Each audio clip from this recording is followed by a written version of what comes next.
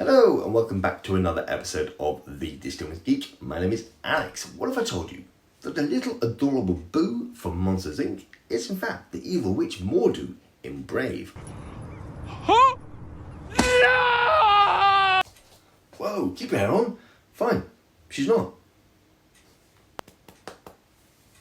But she is.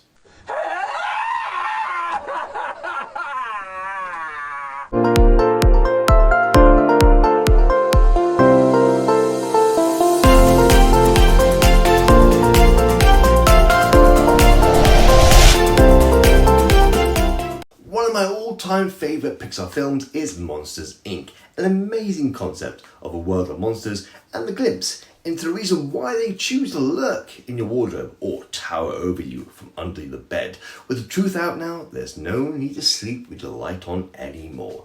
I mean, the idea that the city of Monstropolis is potentially just on the other side of your door, well, obviously this needs to happen first, is a tad extraordinary and somewhat terrifying, other than the fact it's fictional. Maybe sleeping with your light on isn't such a bad idea after all.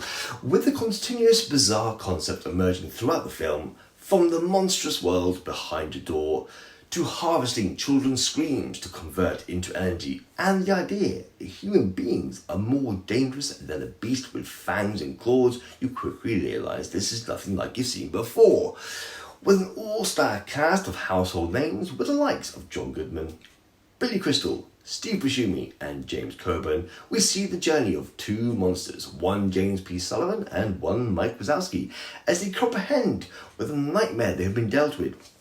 A child on the scare floor, which Sullivan named Boo, when in fact her real name is Mary. As we can see, with any upcoming artist, you always sign your work, and there's a high probability her surname is Gibbs, as the little actress who voiced her is called Mary Gibbs. So Mary following Sully from the comfort of her bedroom through the door which Sully stumbled across as it sat there randomly on the scare floor, we slowly see the truth emerging, and in doing so highlighting the corruption and lies and secrets within Monsters Incorporated, thus forcing the duo to embark on a mission to put that thing back where it came from and conceal her identity from the Child Detection Agency, or CAD. As you can assume, it doesn't go to plan. I mean, how else are you going to stretch that ordeal out for 1 hour and 32 minutes?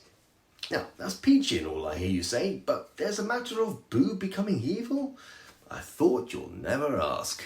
Fast forwarding to the end of the movie, we see Sully put the last piece of the shredded door that leads to Boo, and we hear this sweet reaction. Boo? Kitty. Ah, well, lap it up.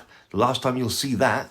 Let's jump another 20 years into the future. That would make Boo around 23 years old, or give or take a year. Not the typical age bracket for the monsters to be visiting, with a new stand-up comedy routine where laughter generates more energy than screams. Ironically, this would be the perfect audience for Mike, with his quick-witted sarcastic jokes, which were slightly advanced for the average toddler. With Sully now at the game, due to Mike and Sully switching roles, Boo will never see Sully again. Oh, well, to be fair, I did warn you. Wrap it up. The last time you'll see that.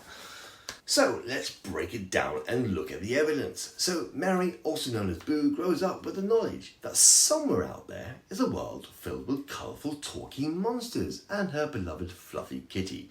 So the theory is that Mary embarks on a mammoth mission to find a way back to Monstropolis, with years of seeking while retaining the vital information that she knew that the only way to transport herself from her world to theirs is using a door. The only question is how. She finally finds a way to use magic and wood as a means of time travel. However, not realizing that the world she's working so hard to find is not in her present day. Rather, each voyage through the door that the monsters undertake transports them to a different point in time.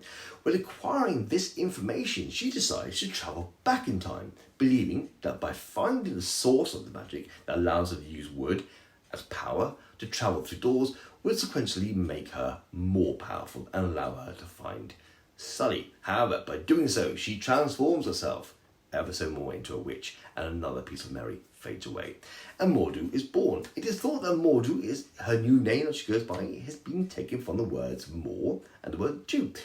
Two Gaelic words which translate into giant and black, which is the beast she associates herself with, the giant black bear, with the theory that is the only beast in the animal kingdom that is the closest to resembling her fluffy monster Kitty. Now, obviously with any hypothesis, some evidence is needed, and if luck would have it, there is some.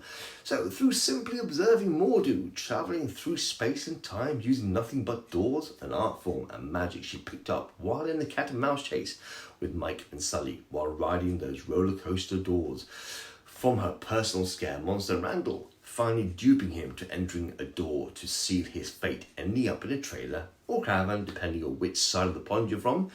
Have a close look at the said trailer/caravan and you will notice it also features in another Pixar movie. Now, when you miss someone previously, you usually have a photo or an object to remind yourself of them. Otherwise, you slowly lose the ability to visually see them in your mind.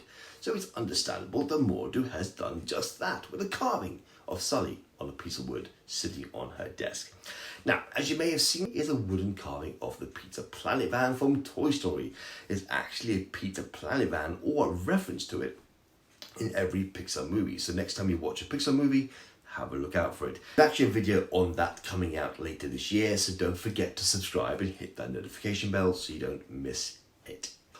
On the topic of the pizza van, the third evidence and theory is that all the Easter eggs in the Pixar movies are actually left by Mor'du as she travels through space and time, leaving them around hoping that when Sully transports from Metropolis, he finds them and hopefully finds her.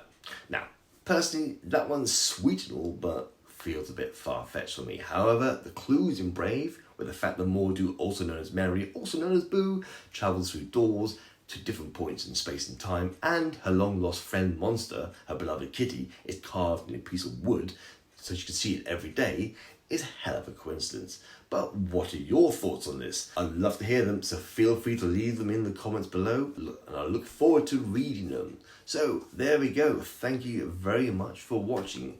If you enjoyed this video, feel free to hit the like button, as the algorithm helps the video become more visible and should be shared out. If you would like to see more videos, feel free to subscribe, and always remember to hit that notification bell so you don't miss any future videos. Lovely. Well, there we are. Thank you again. Have a great week, whatever you're doing. And as always, I'll see you soon. Bye-bye.